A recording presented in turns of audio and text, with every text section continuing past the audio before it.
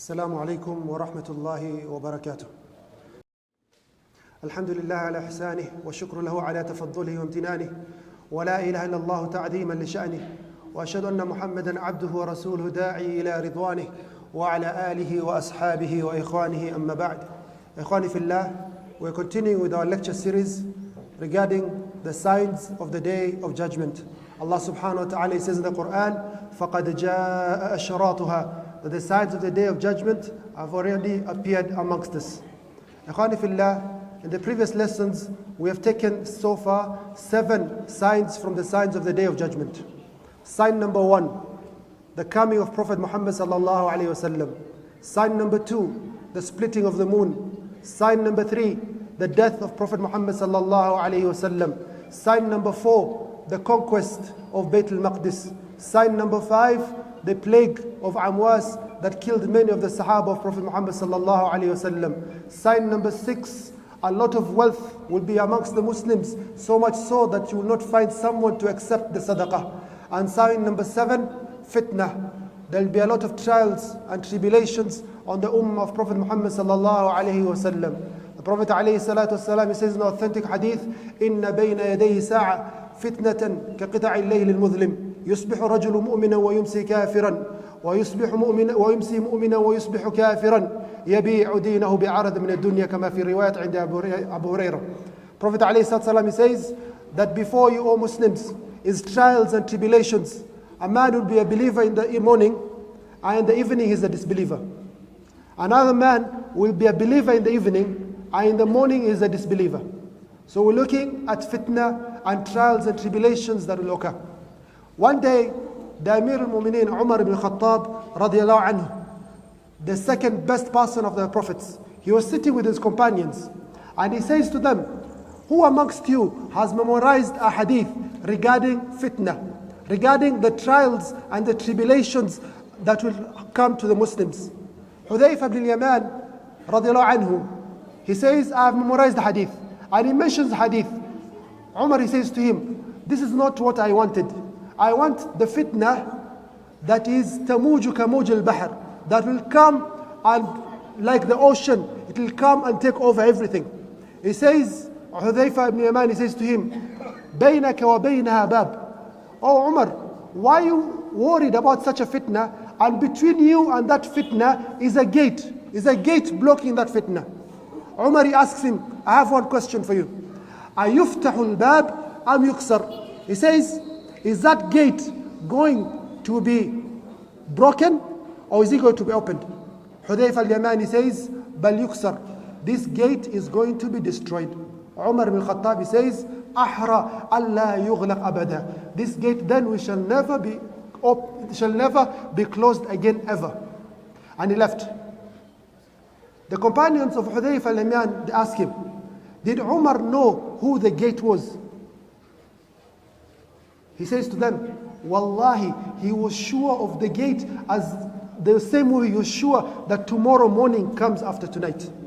And they asked him, who is the gate? The gate is Umar ibn Khattab. He is the gate that is blocking the fitna.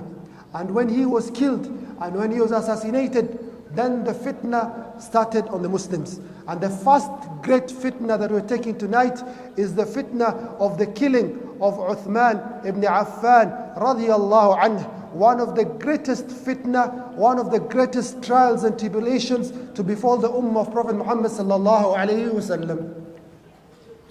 Just to go a little bit back, who is this man Uthman ibn Affan? Uthman ibn Affan radiallahu anhu is a respectable, one of the most respectable of the companions of Prophet Muhammad sallallahu alayhi wasallam. This man is one of the 10 people who became Muslim. The very first 10 amongst them is Uthman ibn Affan. لم يزني في الإسلام ولا في الجاهلية. He never fornicated in Jahiliyyah, not in Islam. ولم يشرب الخمر. He never even used to drink alcohol. rahimahullah wa radiyallahu anhu. He became a Muslim. He was oppressed a lot in Mecca. He left Mecca and he came here to East Africa. He came for hijrah here in Habasha. So he made hijrah to Habasha. Then there's a rumor that the people of Mecca have become Muslim. So he went back to Mecca with his wife Ruqayya bint Muhammad. He was married to the daughter of Prophet Muhammad sallallahu alaihi wasallam. He goes back to Mecca and he finds the news false. Then a short while later, Prophet Muhammad sallallahu alaihi wasallam allows the Muslims to perform hijrah to Medina, to leave Mecca and go to Medina. So this man is one of the people who have the special status of performing two hijrahs. He performed hijrah to Africa, to Habasha, and he performed hijrah from Mecca to Medina. In the year 2 after the Battle of Badr, he lost his dear wife Ruqayya bint Muhammad. The daughter of Muhammad sallallahu alaihi wasallam, Ruqayya, was married to Uthman. She died in the year 2 in her early 20s. After a short while, the Prophet alayhi salatu wasalam marries Uthman to his other daughter Kulthum. So this was the only man in history from the day Allah subhanahu wa ta'ala created Adam alayhi salam until the day of judgment. There's only one man who married two daughters of a prophet, and that is Uthman ibn Affan Dhu Nurayn, the person who's called the owner of two lights. The only man who married two daughters of a prophet is Uthman ibn Affan. So he married Kulthum. And he had an excellent seerah with the Muslims. One day Prophet Muhammad sallallahu alaihi wasallam was relaxing in the house of Aisha radiallahu anha. Then his legs or his thighs were exposed. Abu Bakr enters the house, the Prophet continues relaxing. Umar enters the house, the Prophet continues relaxing. Then he saw Uthman bil Bab. Uthman is on the door. Prophet ﷺ hurriedly, he stood up and he made up his clothes and he sat in an attentive and tidy manner. After Uthman left, Prophet ﷺ asks Aisha. Aisha asks the Prophet, Abu Bakr entered, you did nothing. Umar entered, you did nothing. But when Uthman entered the house, you stood up hurriedly and you made up your clothes and you covered your thighs and your legs. Why did you do such a thing? Listen to what Prophet Muhammad sallallahu alaihi wasallam he says, "Ala astahi min rajulin tastahi minhu al-malaika." Ala astahi min rajulin tastahi minhu al-malaika. Will I not feel any shame or shyness to a man that the angels of Allah feel shyness to? This man had so much shyness that the angels of Allah used to be shy in his presence. And Prophet Muhammad sallallahu alaihi wasallam was also shy in the presence of Uthman ibn Affan radiyallahu anhu. This is a great lesson for us as believers. We should be shy to Uthman ibn Affan radiyallahu anhu. The second thing, another time he went to one of the gardens of Medina. Abu Musa al-Ash'ari was at the gate. He says, wait, I ask for permission so you can enter and meet Prophet Muhammad sallallahu alaihi wasallam. So he goes, Abu Musa al-Ash'ari, and asks Prophet Muhammad sallallahu alaihi wasallam, says, Uthman is asking for permission to come to see you. Prophet alayhi salatu wasalam, he says, Bashirhu bil Jannah. Tell him he's amongst the people of Jannah. وَبَلَاءٍ تُصِيبُهُ. And tell him that he shall be harmed by a fitna, imtihan that will come to him. He'll get a great imtihan, but tell him that he has the glad tidings of Jannah. Another time, Prophet Muhammad sallallahu alaihi wasallam was on the mountain of Uhud, and the mountain shook, and he was with Abu Bakr and Umar and Uthman, and he says, Ya Uhud, uthbut, O Uhud, stay firm.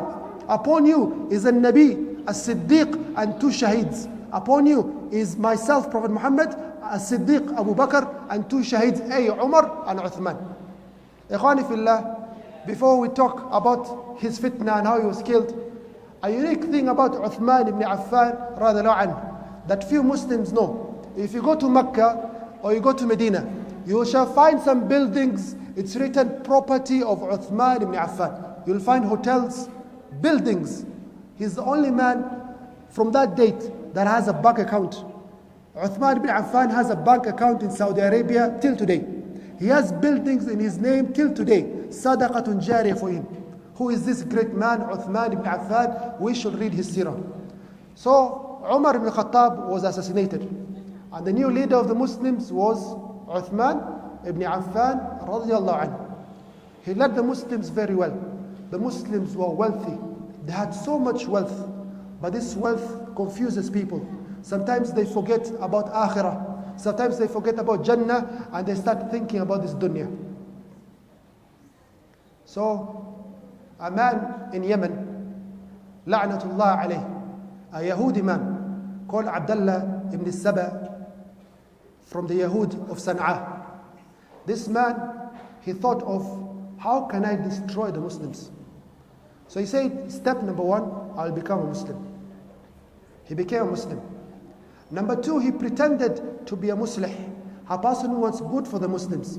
So he started spreading falsehoods and news about the governors of Uthman ibn Affan. He started saying Uthman ibn Affan is an oppressor. Uthman ibn Affan has done this, has done this, has done that. His governors have done this. He started making rumors. And people started gathering around him. But he felt that these people are not enough. He felt he wants a bigger group.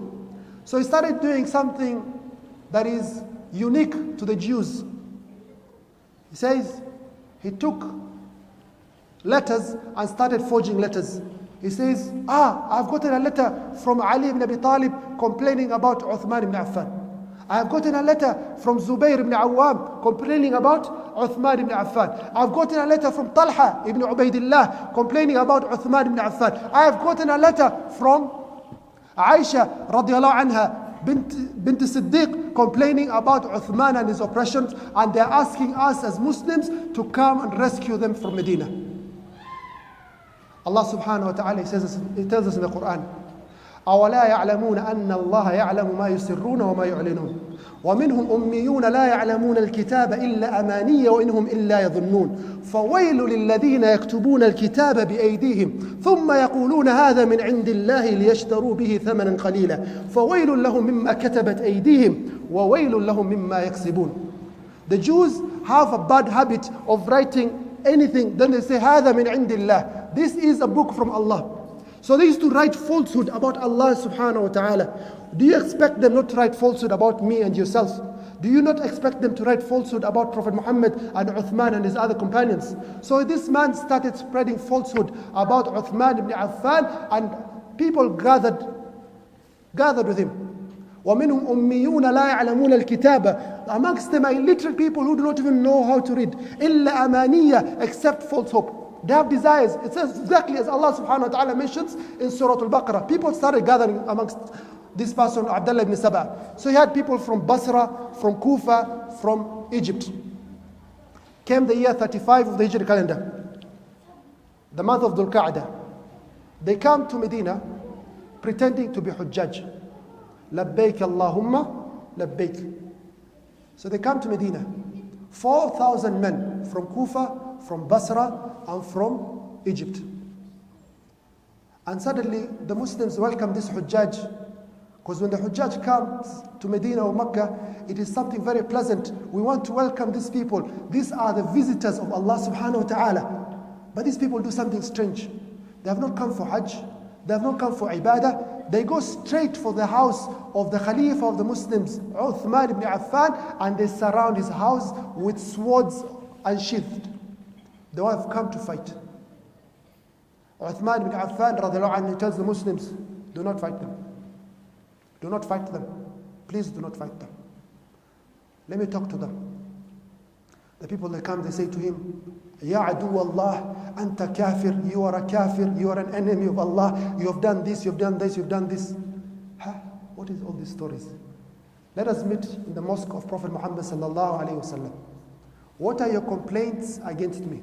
Say, complaint number one, you have brought bid'ah in the religion of Islam. The Prophet alayhi salatu salam, Abu Bakr radiallahu anhu, Umar radiallahu anhu, when they used to go for Hajj in Mina, they used to pray Dhuhr 2 rak'ah. Asr, they used to pray 2 rak'ah. But you are praying 4 rak'ah. This is bid'ah in the religion. Uthman, he says to them, I have a family in Mecca. I do not consider myself a traveler, a musafir. I feel that I cannot pray the prayer of a musafir, and they accepted this reason from him. They made other issues. They say, you're taking the property of the Muslims, your camels are grazing on Islamic land. They make a lot of complaints regarding Uthman ibn Affan. He answers every of the complaint in a way that satisfies them. And the people of Egypt, they go back. Abdullah ibn Saba, he's biting his fingers, this Yahudi, alayhi la'natullah. And he thinks of a plan. So he forges another letter. And he writes that from Uthman ibn Affan, and he writes something on this letter. And he gives a man to take this letter to Egypt. So the people of Egypt, they're going back and they see a strange man following them. They look at this man, this strange man is following them. So it's very suspicious. They capture this man and ask him, what is wrong with you? Why are you following us? What issue do you have with us? He says, I am a messenger sent by Uthman ibn Affan to the people of Egypt. You're a messenger. Uthman sent you. What did he send you with? A letter. Show us that letter. And they take the letter and they read the letter. It says, from Uthman ibn Affan to the governor of Egypt, if these people come back to Egypt, arrest them, cut off their hands, cut off their legs, crucify them and kill them. So this is what the letter says. So the people saw this letter and they got very angry. And they went back to Medina. With their swords, they want to fight. They go to Ali ibn Abi Talib and they say, look what the Adu Allah has done. He wants to kill us. Read his letter. Ali says to them, I'm not going to read it. Says, why are you not going to read it? Are you not the one who wrote for us letters calling us to Medina to assist you? He says, Wallahi ma katabtu lakum shay'an. Wallahi, I never wrote for you anything. I never wrote for you anything. Go back to where you've come from. They refuse to hear him. They go to Uthman ibn Affan. They show him the letter. We made peace with you. We had an agreement with you. We spoke in the mosque of Prophet Muhammad and we're going back to our country. Yet you want to betray us and you want to kill us? Look at your letter. Uthman, he says to them, between me and you is two things. Either you bring two witnesses witnessing that I wrote this letter. Or number two, you accept me as my witness. I swear by Allah subhanahu wa ta'ala, I did not write any letter. I did not write any letter. They refuse. And they besiege his house. And they, all 4,000 of them. So Uthman doesn't know what to do. Radiallahu anhu. He comes, he leads the Muslims in prayer. 10 days passes, 15 days passes. Then the people, this munafiqun, as in another hadith by Prophet Muhammad, they say to him, we're not going to allow you any longer to pray in the mosque. So they lock him in his house. And they refuse any water to come to him, any food to come to him.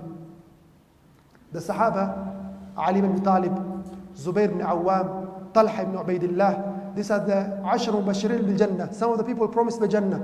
They send their sons to protect Uthman. Ali sends Hassan. Zubair sends Abdullah ibn Zubair. Talha sends his son Muhammad ibn Talha. They go on this with their swords to protect Uthman ibn Affan, the Khalifa of the Muslims.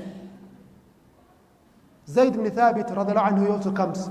He says to him, Ya Uthman, behind me is 600 from the Ansar of Prophet Muhammad sallallahu alayhi wasallam. The same way we were Ansar to Prophet Muhammad sallallahu alayhi wasallam, we want to be Ansar to you.